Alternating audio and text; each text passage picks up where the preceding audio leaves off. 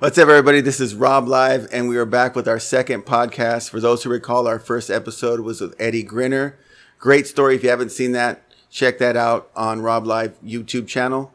But we're back here again. I'm really excited, and I have another special guest. I guess they're all special, but this one is like double special. Wait, can I say double special? I should say super special. I don't know. After school special. I don't know. We're going to say. But it just means a lot to me to have her here today. And I want to first give a shout out to One Take Films. They have made a tremendous effort to bring in their professional equipment to make this look good today for the lighting. If Gloria looks extra glorious today, it's because One Take Films has set it up perfectly. So thank you for the microphone, the sound, the production, everything you guys did. They've even designed a new logo for me. You guys will see that fairly soon. So thank you guys all for doing that. If you want some production work done for you and it's very professionally done, hire One Take Films, and they are available. I'll send their, can we put the contact information on the podcast for you guys so they can reach you guys? Yeah. Okay. So let's get to my guest here today. This is the one and only Gloria Racy. For those, well, most people don't know this about me, but this is my mother. And I've always wanted, like I said, hey, whenever I get this Rob Live thing going, whenever I do a podcast, how many times did I tell you, Mom? I said, you're going to be a guest on this. Do you remember me telling you that? Mm-hmm. Yeah. And so I grew up with her stories. I'm a creative writing teacher. I'm an educator. I'm a YouTuber. I'm a storyteller. And all of that 100% came from my mother. I grew up with her stories. She always made things larger than life. And so I felt like I lived a childhood that was larger than life with the stories and just her imagination and her belief. And I think a lot of my success today has to do with that subliminal message that she would always put into all of us, which was that, you know, we were capable of great things and that we could do it. So I'm very grateful to have her on the show. Okay. I don't have a live audience yet. We're not at that level. So I'm going to just clap for her myself. Gloria Racy, welcome to the show. Thank you. So she's going to get like, this is my mom. She starts off quiet and shy. By the end of this, she takes over the camera. So just, you know, watch this evolution of Gloria's personality as it blossoms. She asked me, what are we going to do? What are we going to do in there today? I said, look, I'm just going to open it up and then you're going to run with it. And I'm going to bring up some topics. So just to give you some of the things that we're going to try to cover today, there's some unbelievable things, but anything, we're going to go from the California lottery to The Price is Right, to being in movies, to having a home theater in our house garage. I mean, all these things she's accomplished. Registered nurse, working in the emergency trauma unit. We're going to go through all of it today. So without further ado, Gloria, welcome to the show. Thank you. So, Mom, I want to start from the beginning. Okay, so I know, and we want to share that with the audience, that you grew up in Harlingen, Texas, correct? Right. Tell us what it was like growing up in Harlingen. Well, in Harlingen, in my time, we're talking in the 50s here, it was segregated pretty much. Just different races belong in different areas, and you didn't really group together. So was it like the movies, like there's this side of the track and there's that side of the track, and if you are of a certain race, you don't cross the tracks? Right. But and then the blacks were totally in another school. So it was like three different populations, the Hispanic population. Well, there's different populations. It's just anybody that looked Hispanic. Yeah. Gets mounted in it because we're Italians. Okay. We're Spanish from Spain. Yeah. And so we get categorized like in the Mexican section. And anybody with brown skin would be segregated into that section. Okay. Now, I had my other brothers and sisters that were blonde, blue-eyed, and they got put in the other section with the white. So it was the color of your skin that made the definition as to where you were going to go to school. So when you went to school, was it kindergarten through what in Texas before you moved to California? 8th, I think. So your K through 8th was in Texas, Harlingen, or did you move around? We went to Harlingen and we went to San Antonio afterwards. Okay. And then San Antonio's the jump to Kingsburg, California after that? The big move to California was from San Antonio. Yes. So one story that I wanted to ask you about on camera, I mean, I know this story well, but I just think it's fascinating. So much so that at some point, maybe I could partner with One Take Films. If you guys are interested in, I'm writing a movie about this particular story, and I want you to share it very briefly. So I'll set the scene. My mom was going to school in Texas, and at this time we didn't have in this area the standard lunch programs that they do today. So you either brought food to school or you didn't. And from what I've been told, if you didn't bring school food, in order to keep you from begging the other kids, the teacher would be assigned to walk you on the white lines that are outlined on the basketball court. So you have the black court and the white lines. And so any kid who didn't have lunch would walk the white line the entire lunch period. My mom noticed this and decided she wanted to do something about it. So I'm going to let her share what she did to try to help these kids get off the white line and actually have a lunch. So tell us that story. Oh, I think I was in the second grade. Yeah. And I had never been into a cafeteria because we were pretty much given the choice. You can actually go outside and eat or go into a cafeteria. They really didn't care. But, of course, we went outside because it was more fun. Yeah. But we went to this new school in San Antonio. And I went to the cafeteria for the first time. And I was sitting there, and I remember this blonde girl next to me. And I saw all these kids walking the basketball court, and I go, "Oh, are they in PE?" And she goes, "No, those are just the poor kids that, don't have any food, so they walk the line so they don't bother us." And I choked on my sandwich. I couldn't believe that anybody could be so callous and to think nothing of it. So I didn't say anything more. I just picked up my lunch, cut it in four because it was the first time we usually had tacos, but this one's like an actual sandwich. And I cut it in four, and I bought the milk bottles were 2 cents in chocolate, and I bought some chocolate milk. And then I went out there and I tried to pick the youngest ones, the ones that were walking. Yeah. But the teacher was there and they were guarding. You couldn't do that. And I said, well, they're going to eat. So I picked 4 kids, the smallest one, and I gave them each a bottle of the chocolate milk so they can share. Yeah. I mean, between them. Mm-hmm. And so then this one taller white kid, he must have been maybe 6th grade or so, and he started crying. And he was crying because he was so hungry. Oh, man. And I cut the other sandwich in half. And I said, I'll walk the line for you. You go out there and you take care of the kids, and you guys share your chocolate milk with them. Tears of hunger. I can't.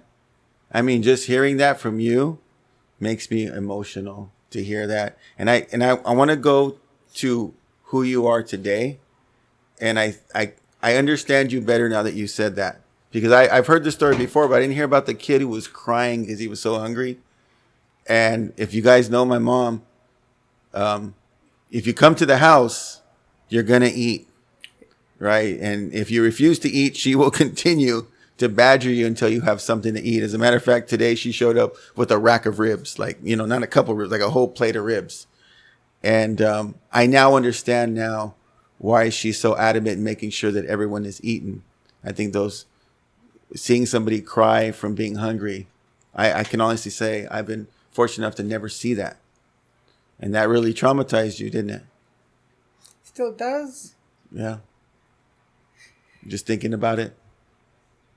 And watching all those kids and all begging, they would see me go out there. And so then I would get my brothers and sisters. Fortunately, we were all going. And I would get their tacos. And I would trade them for sandwiches. Because the white kids like sandwiches. I mean, the tacos. Yeah. And, I could cut the sandwiches into further pieces. And then I started collecting more money. Yeah. Picking up bottles outside. Because each bottle was 2 cents. Yeah. So I thought for every bottle, that's 2 cents of chocolate milk. That's a chocolate milk. So I'd go out every day after school, going around picking up bottles. Yeah. Because you could turn around and send them to the store and sell them for 2 cents. So I remember you saying this, that the exchange rate at the time, so you could take one burrito, right, made by your mom Yes. Homemade burrito with the tortilla and everything. You could trade that up for about 2 to 3 sandwiches. Oh, yeah. No, I had So you it had had my pick. it had a lot of value. Yeah, it did because the white kids don't have burritos. Yeah. And that was something new to them. And so So what was Grandma like when you came home and said, "Mom, I need 10 tacos stat"? nope, you don't say that to Grandma at all. How did you She had a bunch of kids. I would just barter and trade and make deals with my brothers and sisters. And But also they knew what I was doing. They knew the deal. Yeah. So man. of course, they can't hand it to you nicely. Here, you're going to pay for this later. Yeah. I didn't care. I took whatever I had to take to get that sandwich. So you took the beatings and getting told Whatever, off. of course, brothers and sisters. And just go to school take beat the up abuse. with the burritos. Yeah. And the whack on the head, What did it get to the point where kids were like waiting for you? Yes. Like, hey, there's the burrito girl. Absolutely. Absolutely. And so, but then the teachers couldn't help either. Yeah. But then what they started doing is they would drop some money and like maybe a nickel, sometimes a dime if it was a really good time. Yeah. And then they would go, "Oh, you're so stupid. You're always dropping money."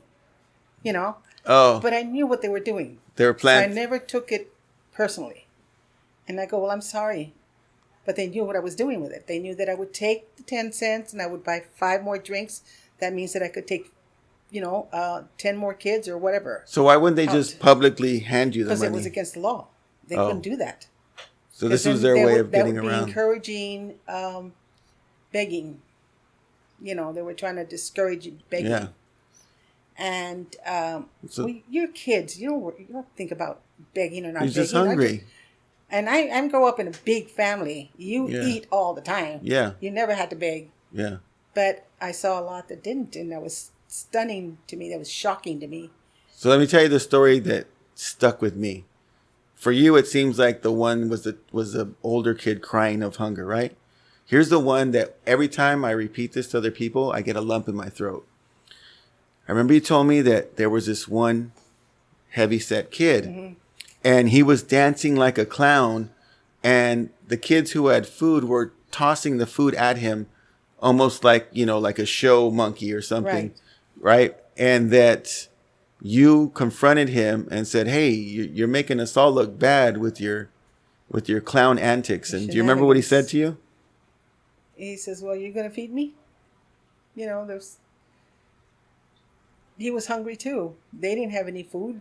And what they would give him, and he would take it and pick it up, he'd go home and feed his family too. His brothers and sisters that didn't have food. It's not like you can go and get food stamps or anything like that. It's like if you didn't have it, you're not going to eat. So around what age do you think this kid was, the one who was doing the dancing? He must have been about 7 or 8. Oh my God. Yeah. 7 and 8, trying with the responsibility of feeding the family. His brothers and sisters, yeah. And So then he says, "Are you going to feed me?" And well, no, I had so many outside to feed. Yeah. But, it wasn't all bad. It also brought the realization I don't know why they never thought of it, the teachers and the principals and stuff, to not stop me anymore. And the cafeteria ladies, Yeah. they would add, put more food in my plate. Yeah. And then I have more to trade with, and everybody's just like waiting to see for the trade for the burritos. And then they would give me extra milk, well, chocolate milk, because everybody liked chocolate milk. You can have milk anytime. Yeah. But chocolate milk, you didn't. And correct me if I'm wrong, at this time in life, you weren't necessarily called Gloria. It was Lolis. Lolis. Now, was this also at school? Or did they call you Lolis at I don't school? remember.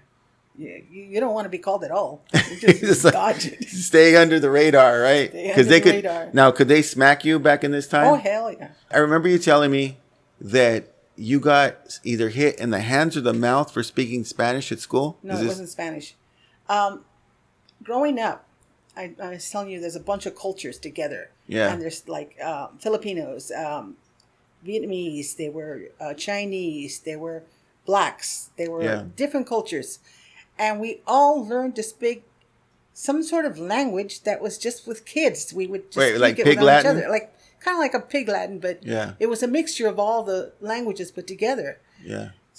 But we never learned English, and I don't know why. But I went to school, and I was all proud because I thought, well, I could speak any language in the world. You know, you name it, I got it because I got all these friends. And so then, I don't know what the teacher said to me, and I go, sharshu, sharshu. I thought I was speaking English. And she slaps me. She thought you were mocking her? I don't know what she thought. So back then, teachers could just lay hands. They could whack you in a heartbeat. Wow. You hear that, public school kids? You got it good. You got it good today. Yeah, they would just... If I remember the hand on the ruler. Someone told me the hand on the ruler. Well, that was the majority of the people. The nicer guys, or the nicer teachers, would hit you with a ruler on the hand. And then the mean ones would slap you. Right in the face. Right in the wow. face. So I remember this when we were at Kingsborough Elementary School in Kingsburg. This was 1980s. They would send home a form that said, do you want your child to be punished? Permission to be punished. And so our principal, he had a paddle in his office. With a hole on him? T.C. Mosier, the great T.C. Mosier. I love that guy. And he, and if you messed up and your parent had signed the form, he could paddle you. I remember that. Everybody was afraid of the paddle. I never got paddled, but well, he was. There's some other siblings of mine who I will not mention in this podcast who did earn a paddling. Gus, you know what I mean? You remember that? Okay, so getting back to your story, eventually you got everybody off the line and fed on a regular basis. Right. Is that correct? Yes. And then the part that really kills me. Do you remember how that all ended? Well, we were coming to California, and I was worried because what were we going to do with the kids? They were going to continue going hungry. And I remember I was called into the principal's office, and I was terrified. I was terrified because not only was I going to get trouble in the principal's office, when I get home, we're going to get it from the parents because you do not disrespect adults.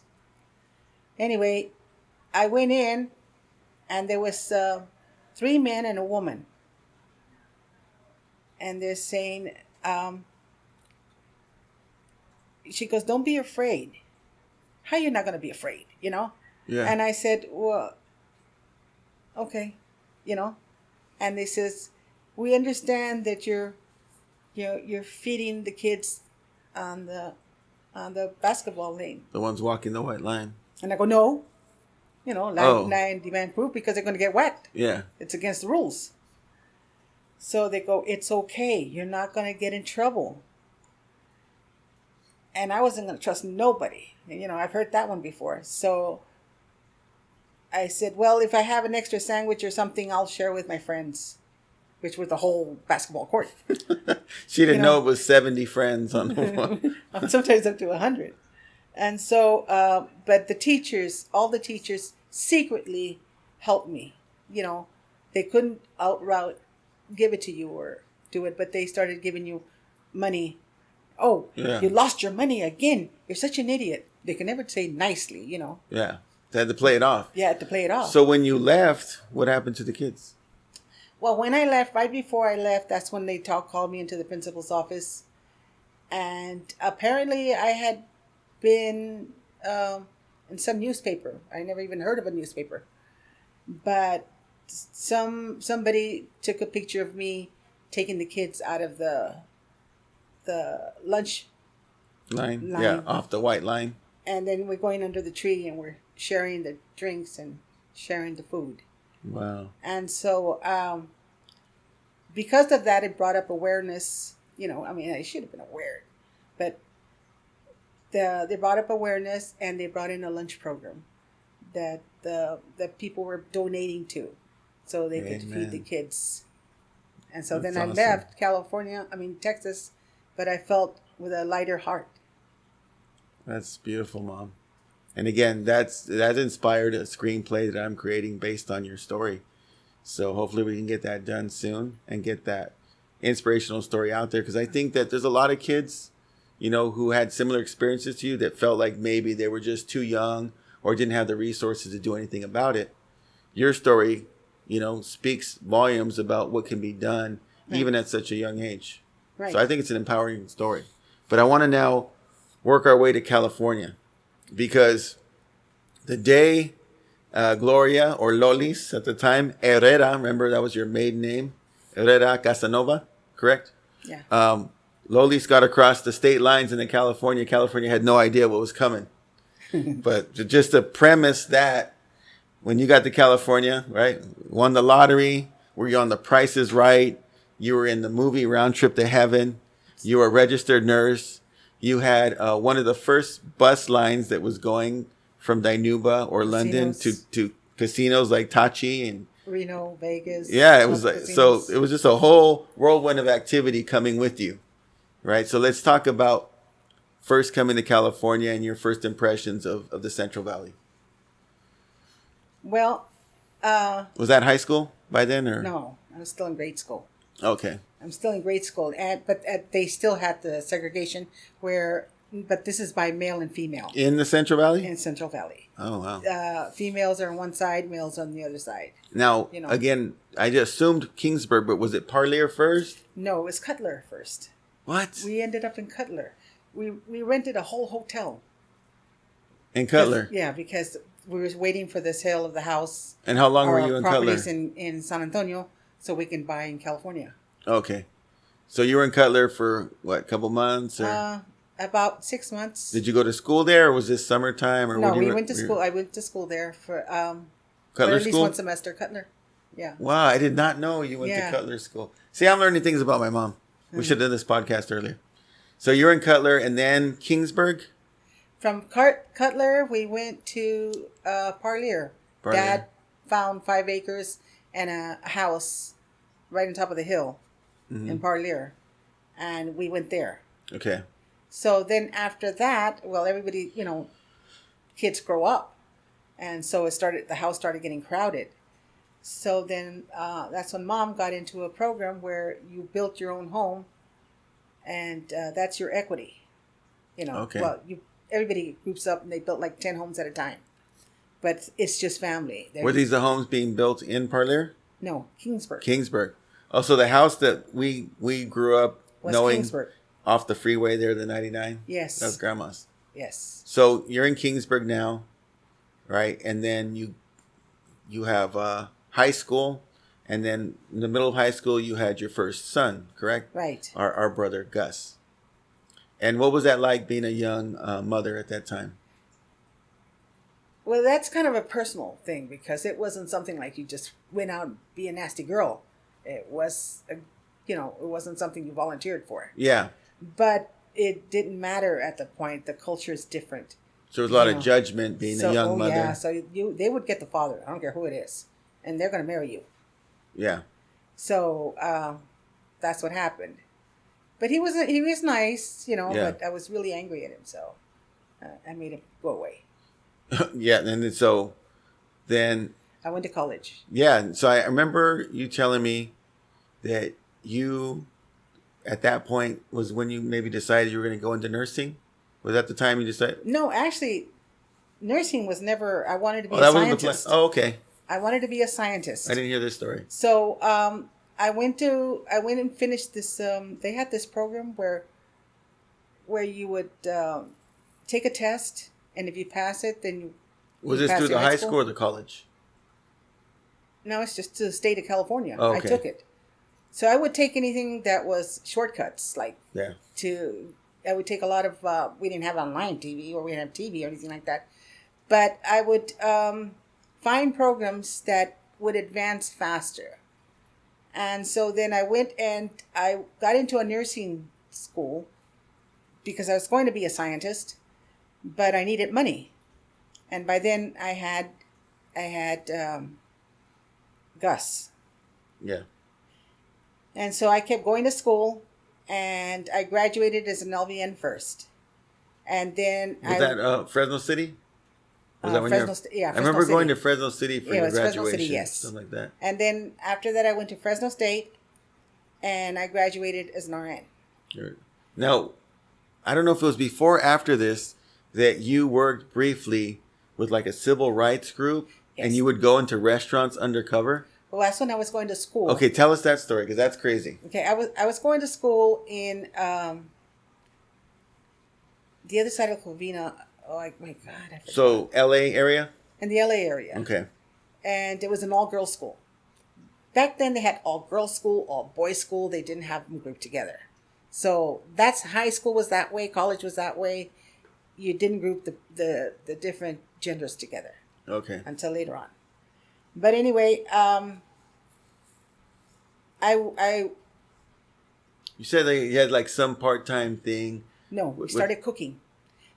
My roommate and myself were the only Hispanics in all the college. Oh, They is were this all the white. burritos again? That's burritos again. Everybody loves burritos. Yeah, homemade. I mean, it was like we made homemade See, tortillas. Chipotle was homemade onto beans, the something whole back thing. then.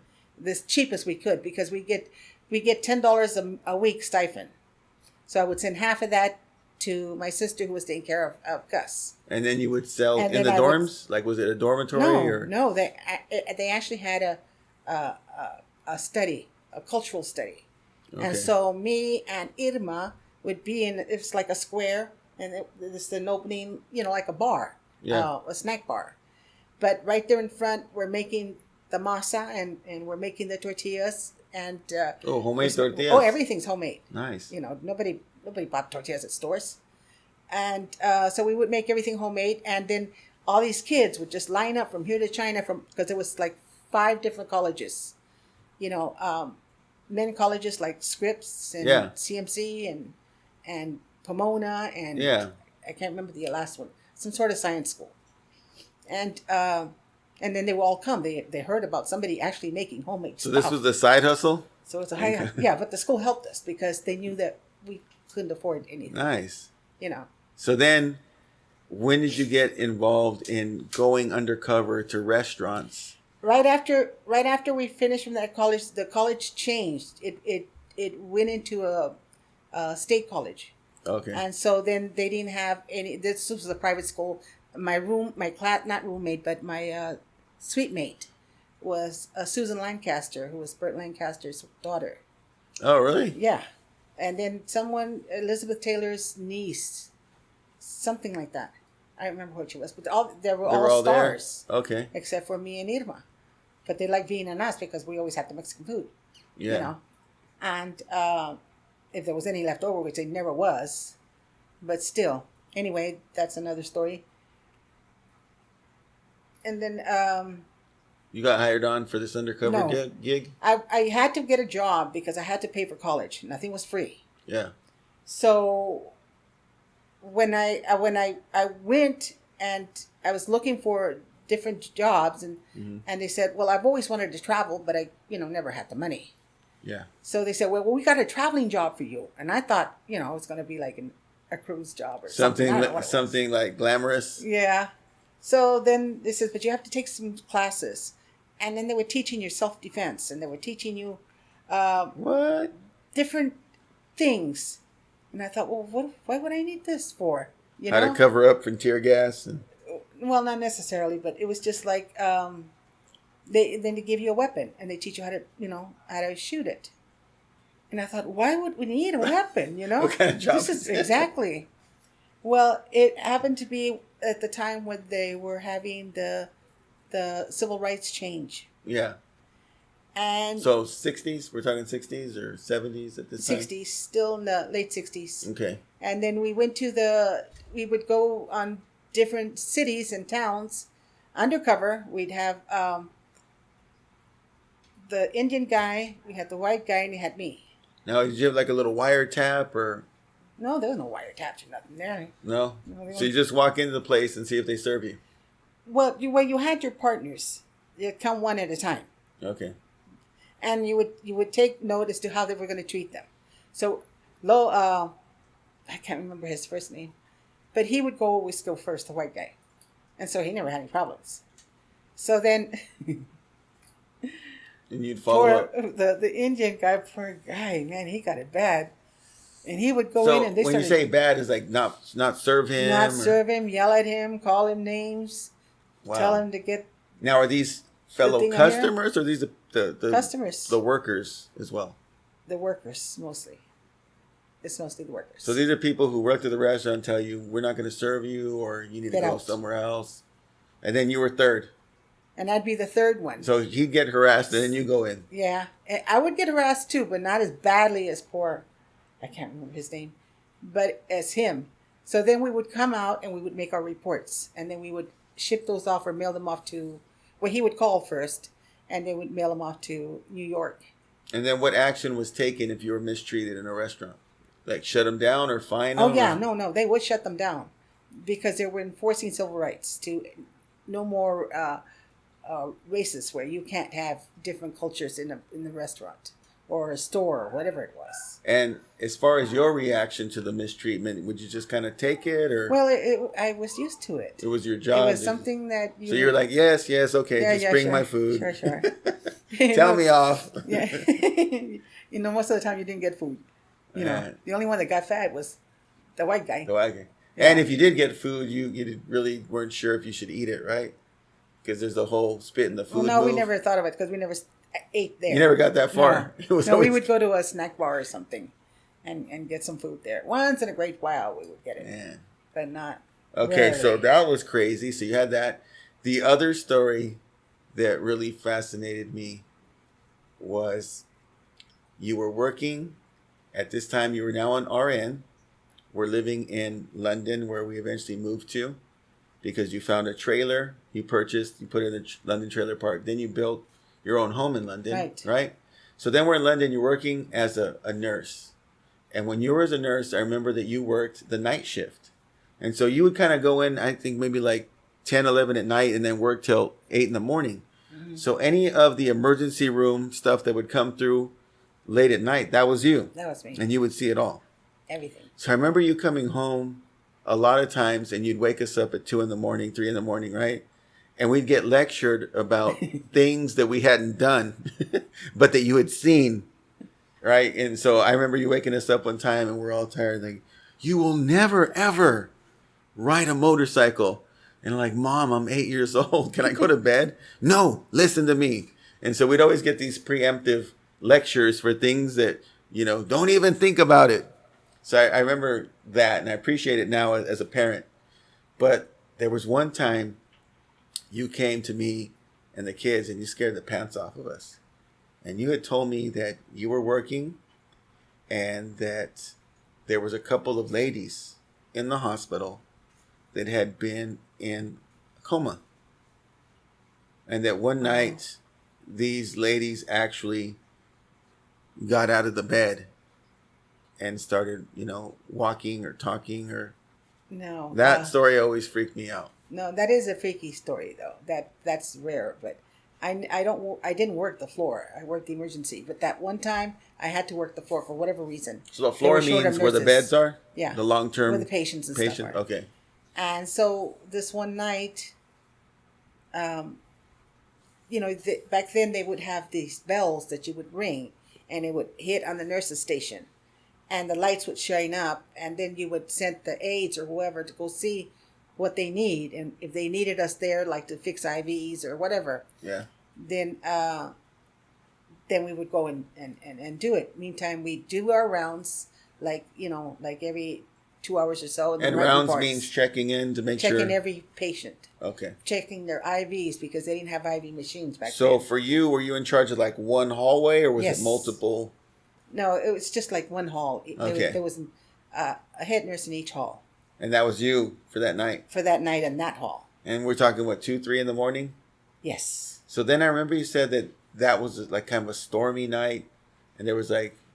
It was real weird weather, and we had a death. Yeah. And so when we were going to have a death, they would call the father, or whatever religion or denomination they were. Yeah. We would call that the pastor or whoever it was. So he was there on... And they would come in, and they would say their last rites to the patients. Or even if the patient passed on, they would pray over it. And the next hall had a deceased person. And I had two that were... in a coma? One had been in a coma forever. The other one had bone cancer to her whole entire body. So we kept her drugged up because it was so painful. And she was in a full body cast. So she couldn't get up anyway. And she was dying. There was nothing they could do for her. Yeah. The only thing you could do is make them comfortable. So anyway, the bell goes off. And so I sent one of the girls, go check and see what they need. I was stunned because they both should be out. They shouldn't be moving or anything. So she says, she comes running back and she goes, the lady that had been in a coma for years was sitting up. and holding on to the rails. Okay, so you got to do the look. Oh, do you remember the look you used to show us? So I went in there and I thought, what are we talking about? So, there's three of us. We went in there to see what it is. Like if I needed to give her some sedation or something, I'd call the doctor and I'd say, okay, she's up. Were you kind of shocked that she was up? Yes, of course she was. She'd been under for years. Wow. So anyway, the girl says, well, just put her arms back in her. Let's put a restraint on her because she could fall. Yeah. She's been gone for forever. I mean, like in a coma. And if you try to stand up, you're going to fall. So we couldn't let her stand up. So we put up what they call a Foley to tie her up. So it would, she could still move, but she couldn't get off the bed. Yeah. And as she was doing that, she gave this look like, there it is. That's the look. And I thought, oh, she must be angry or something, because, she's been out. She comes in. You're restraining her. Yeah. She's in unfamiliar areas. You're making all kinds of excuses. And the windows shot up by themselves. They just went up. And it's super cold. So now, I thought, as far as witness, is it you? No, her? What was their reaction? Well, they were like surprised, but I told them, I'm always the logical one. I'm thinking, what happens lots of times that ice builds up on these cords. And no. if you, if you make a little more racket or you move something, sometimes those windows will slide up. So you were like the one in the movie, logical one. I need more proof. Yes. I understand these windows are moving and this patient is standing upright. Right. Well, not yet. So then we closed the windows down and I said, make sure they're locked. So, they locked them. And I put her down, and so I called the doctor, and she goes, "Well, just give him some Thorazine. That was like your Valium today. Yeah. So I gave her a shot of Thorazine to relax her, and then as I was going out, the windows all shot up again. And we turned around and we looked, and she's sitting up, and she's going, Uh-oh. And I said, the girls started screaming. Yeah. And I said, you guys are professionals. You don't scream. You're not going to react to. Keep it together, girls. Yeah. So anyway, it still scared them quite a bit. And I says, what we can do is we can pray. Whatever it is, we need to pray. And then this preacher had just said the last rites to this patient on the other wing, and he was going by, and so I called him. And I says, can you, help us here? Little did he know what he was walking into. You were like, hey, we got a little situation over here. Yeah. He walked in and he ran out. Oh, he ran out, literally ran out. And I said, what has happened? She goes, it's not my denomination. He said, I've seen the movies. I know how this ends for me. So he goes, it's not my denomination, And I thought, what's that got to do with anything, So anyway, that's another story. So this kept going on all night long. And so then the lady who had been in a cast, a whole body cast, she had been knocked out this whole entire time. When we went out, the bell started ringing again. We went back in there and she was standing up. And there's no way that she could have stood up by herself. No way. Because it takes like 5-6 people to stand her up because the cast was that heavy. So and she had to look like, what am I doing here? Yeah. What happened? So then it took us all to put her back in bed. Then I gave her a sedative. And I called the doctor and he refused to come in. No, he didn't want nothing to do with it. They're dying. They're going to react all kind of crazy ways. That was a long night. He was just scared. And I went back to the room and I said, all we got to do is pray. That's all we can do. And nobody would go back there. So finally, around 6 o'clock, both of them went straight line. And when it means on the monitor, straight line, they both died exactly at the same time. Oh, my. And that was the weird one. And you were like, I'm never working the floor again. Never. And you yelled at the girl who had you. Thanks, Rachel, for taking the night off. I just had the fright of my life. Never again, Rachel. So getting onto some of the like crazy, I don't even know if we call it luck for you. Maybe it's just karma, but you had this crazy win streak there. So let's do the stats. When the lottery first came No, in. no, I remember first it was a bingo win. You had a bingo win for about 6,500. No, that was the lottery first. A lottery is first? I won the lottery. I took Okay. Cynthia to the doctor in Visalia. Okay, yeah. So I was lost because I didn't know Visalia at all Now I remember you were near the Oval, right? in the Oval. Okay. And I stopped and I thought, oh man, I only got $1. What made you stop? To ask for directions. Oh, okay. To get out. So it wasn't like you were buying anything. No. So I only had $1. And I thought, Do you I have to remember go the to store? bank or whatever. The store? No, I don't remember. Like just the a name of the small store. corner It was market? a little store. Right there in the Oval. It's closed. So anyway, and I bought a lottery ticket. And I said, okay, he told me how to get out. So I got out. I went to the bank. And I took out some money so I can put gas. And we started going home. And Cynthia, your sister, had the lottery ticket. And, you never win those things. You don't. But she's scratching it off? So she's scratching As you it guys off, are going home? and we're listening to this radio station where they were giving out tickets, and they would scratch it out, and they would go, 1,000, and 10,000, and 500, and 10,000, and then the fifth one was 10,000 too. So that's 3 10,000. 10,000. That's 3 is a win. the win. So Cynthia goes, Mom, I think we won. I go, nah, count the zeros, Yeah. So she started counting the 0, 1, 2, 3, 4, 5. 1, 2, 3, 4, 5. 1, 2, 3, 4, 5. She goes, no, Mom, we won. So then I had to turn around. You have to go back to the store. I remember To the same Cynthia store. telling me that you guys were so excited that you couldn't find the dang store. No. Right? Because you were just driving in circles. So I'm assuming finally you found the store. So we found the store. And the guy was like, yeah, it's legit. Yeah, they took pictures and everything. $10,000 Yeah, on that a was a lot of lotto money ticket. back then. Now, let's move on from that. And I remember this because I was a senior in high school. You had moved down to LA and you were doing some work down in LA. And you had our Aunt Connie, our beloved Aunt Connie, rest in peace, Connie Garcia. She had come down with some of your other sisters and she really wanted to go to a show called The Price is Right. So from what I remember, you guys go to The Price is Right and you're in line outside and you're being your regular Gloria self and you're being animated, telling stories with no idea that the whole time the executive producers have camera on the lines to read people's personalities. Right. You get inside and they're calling up people to bid on prices and be on the showcase. And they have to say, hey, John Smith, come on down. And right towards the end, maybe were you like the last person called or? I don't remember. But at some point it was Gloria, come on down.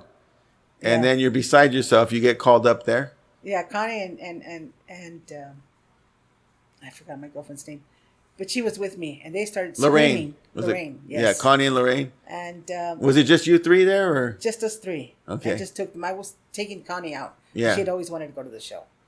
So they called me, and I couldn't believe it. Yeah. So anyway, I'm up in the front. I don't know prices because I don't go to the store. I don't buy anything. My husband does. I sent them to buy. I hate going to stores. But anyway, he goes and then they started bidding on things. I had no idea. I never bought anything. Yeah. Like especially anything expensive. It's like remates or. So you went with the secondhand. $1 move, right? Hoping everybody would overbid. No, I didn't even think about it. I wasn't even hoping. I wasn't So you doing just anything. $1. It's just okay. I'm there. It's a big deal. That's exciting enough that my sister saw me. You thought that's as far as it was going to go? Yeah, that's all. Little did you know that not only would you bid the right price, that you got to No, spin everybody a wheel. overbid. I just bid. Okay. I just bid $1. And we have that video footage as Yeah. well on YouTube. And then you spin the wheel. And And I in the hit- wheel, you have to hit up. $25, and then you have to spin it again. Yeah, you have to spin anything over 50. Try to hit $1 or close to $1. Well, I really didn't pay any attention. I really wasn't. I'm doing it for my sister. Yeah. And then I hit 75 cents, which was $1, and then you win. And then you get to move on to the showcase. Yeah. Then I got And then you get to the grand showcase showcase, and then you have to bid on that. that I had no idea what prices were. And you just threw it out. Now, were you listening to the crowd shout out prices, or did you come up with your own? You can't understand. You can't hear 'em? Everybody's shouting different So it just sounds prices, like, so- yeah, just like shut up, you know. So how did you come up with your number? Was it like a vision in your head, or was it just I a don't know. I random just guess? did. I had no idea. And Suffice that to say- lady, the other lady, I think it was a lady. Oh no, it was a guy. I remember It was a okay, guy. he overbid Yeah, he had a trip to Monte Carlo, or a bunch of trips, and I thought I can't afford to go to Fresno, much less to all these other. so you trips. chose the other one. So I said, let him have all the trips. I can't deal with trips. Yeah. But I had first choice, so I let that go, and so then he bid a price on it, and then I just made up a number, and he overbid. So I won the showcase. You won the grand showcase on The Price is Right. Yeah. Now, let me make sure I get this right. 2 jet skis, 1 crystal chandelier, 1 china set, right? The hutch with all the china, and 1 dining room set. Yeah. Is that correct? I can't remember. It was a bunch of stuff. Yeah, so you win all that. And I remember you calling me, and you were like, hey, I'm going to help you guys with college. And I was like, that's great, Mom. Like, what are you going to do? He said, well, I have these 2 jet skis. We're going to sell them. And I was like, jet skis? You didn't even, right? And then you tell me the story. And at that time, YouTube didn't exist. If you didn't watch the episode, you had to wait for the rerun. So we all missed it at that time. But somebody video recorded it. And so I remember you sold the 2 jet skis, and you gave me and Cynthia the money so that we could start college. Right. So essentially, that was the kickoff of my college career, Right. Sponsored by Bob Barker. Yes. Now, Bob Barker recently passed. I don't know if you know that. Yeah. Recently. What was your interaction with Bob Barker on the show? He was not a nice guy. He wasn't a nice guy. No.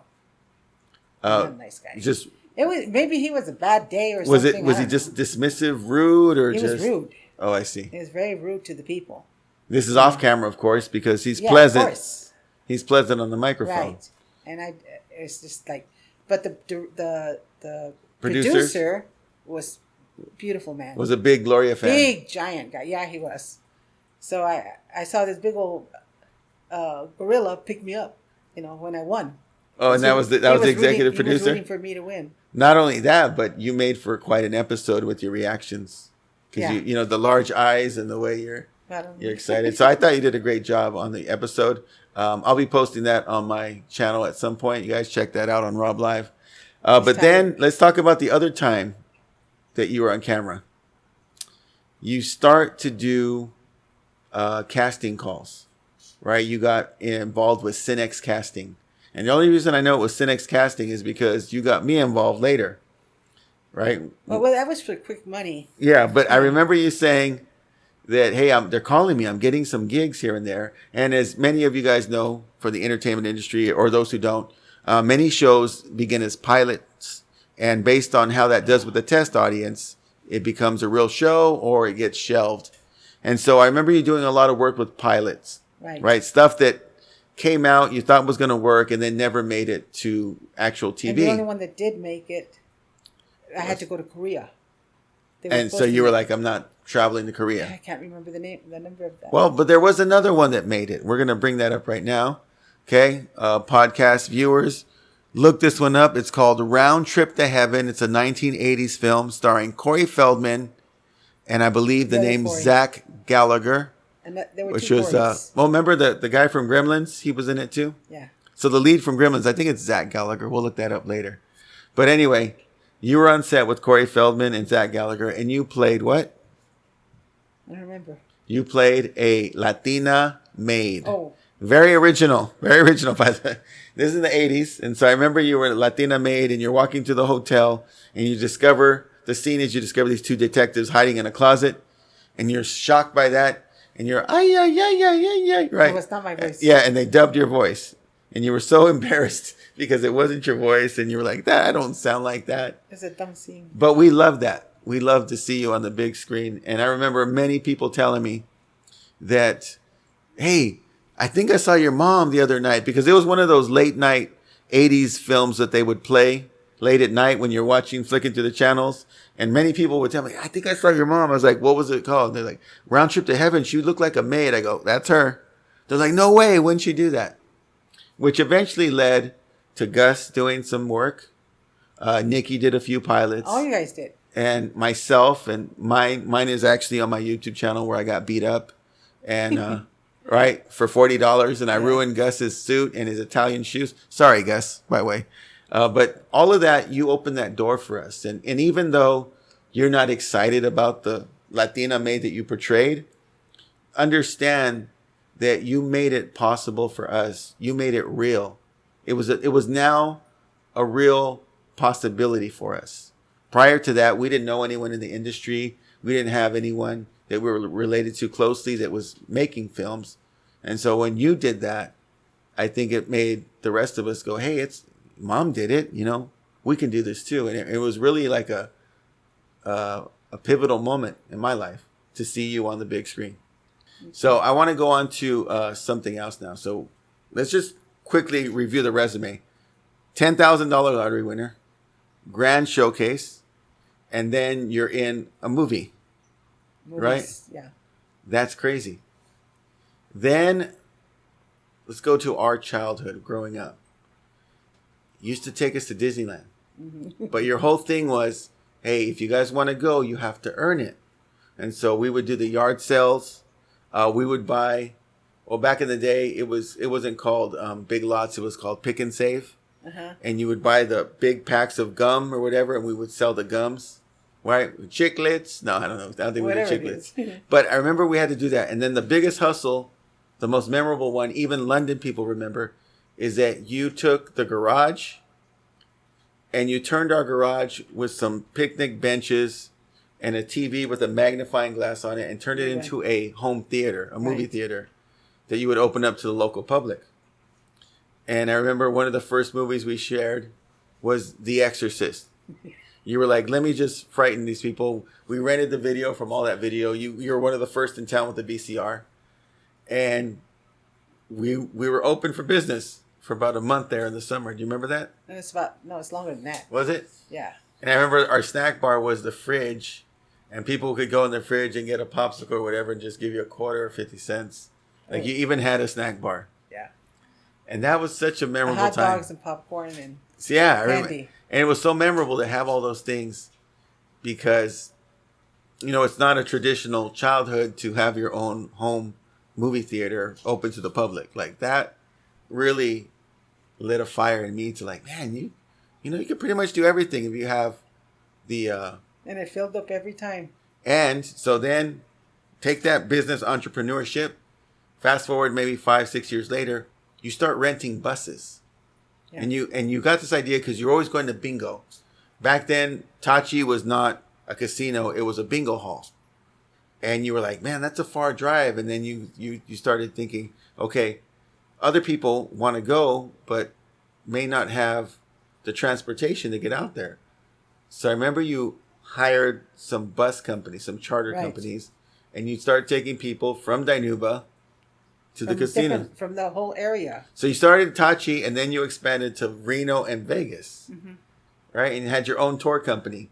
I want to say it was like GNR Tours. Is that right? I don't remember. Gloria and Rob Tours or something like that. So it blew my mind that you'd have an idea and then make it real. Well, that was just, that's how our culture starts. This is why most of them are well off. Because they don't sit around. You've got an idea, move on it. The idea is going to do nothing. It's not going to do nothing just in your mind. Or you give it out to somebody who's going to act on it. You have an idea, work it out. Do it however you can. Figure it out. Just figure it out. And I think that, watching that growing up has kind of led to this. Look at where we're at now. We're in a room, right? We're filming a podcast. But this is the type of thing that many people will see and say, well, that's cool that they pulled that off, but that's not for me. I don't think I could do that, right? Mm-hmm. And you just kind of eliminated that from my brain and said, well, pretty much anything's open if I'm willing to put in the work, and I can do that. And so I think that was a very strong lesson for me to see at a young age, that you would just get these ideas and then make them a reality. Make them happen. And, whether it worked or not, you stuck it out. At least you try. At least you tried. And so that left a big impression on me leading up to this. Do you remember how Reestablishing Stratford started, the nonprofit that we currently have house, now? Yeah. Right? You bought that house in Stratford. You were living out there for many years. And then fixed it up. It was a 100-year-old home. Yeah. And so we then renovated it completely. You said to me, look, it's expensive in LA. If you want to come down here and save up for a place, come stay with us for a while, and then you guys can save up and buy a place in Lemoore, which we eventually got this place. But when we were in Stratford, I remember one time you said to me, hey, the Library for London, that's great. You got that done. But there's a lot of needs right here in Stratford, right? This is the community that you were living in now. And then that was kind of the seed planted, like, hey, let's do something here locally. And now we're in our 9th year of our nonprofit, Reestablishing Stratford. A certain people, a certain person to be able to pull it out. Because you're not the first parade. There was a bunch of them. They tried. And they'd have a whole group, but it never went anywhere. Yeah. They would just give up. But I think right now, though, we were lucky because we had you to start it off. And then we got the right group together. There's 5 of us. But it seems like anytime we have a need, right? You and my father, John, you guys kind of step in. Hey, you guys need to use a place, use the kitchen. I mean, that was our first meeting area. Dining room. Right? We've done the coding classes there and all that. And so you've really been a big part of that too. Right? Like the unspoken 6th member of what we're doing in 7th, you and John. So it's like we just keep going. And I think it's amazing testament to what you set for us as a foundation that's turned into what it is now. So I want to publicly, on camera, thank you, right, for for believing in me, for making me think that I could do something with my life as well. Anybody can do anything with their lives. They have to overcome excuses. You can have excuses for anything and everything. Yeah. But if you want something, or even if it's an idea, start it. If it doesn't go anywhere, at least you tried. But it's not doing anything is the sin. There it is. So you guys heard that directly from Gloria. As I said earlier on my channel, this podcast was designed to bring inspirational stories to my audience. And I think the story of Gloria is a very inspirational one, from a kid in small town Texas community to where she's at now, and everything that she's inspired the rest of us to do, including me as her son. This is an inspiration, and you heard directly from her, right? If you have an idea, if you have a dream, do not excuse yourself from it and say, hey, this isn't for me, or people like me don't do this. Go out and follow whatever that dream is. And even if you fall short, you can look yourself in the mirror and say, at least I tried. So thank you for being here today. Thank you for your words of inspiration. Thank you for your continued support and guidance. Also, shout out to One Take Films. Yes, I got it in one take. For supporting us and making this a high quality podcast. Until next time, it's Rob Live. You want to say it with me? We say love, peace and chicken grease. We're out.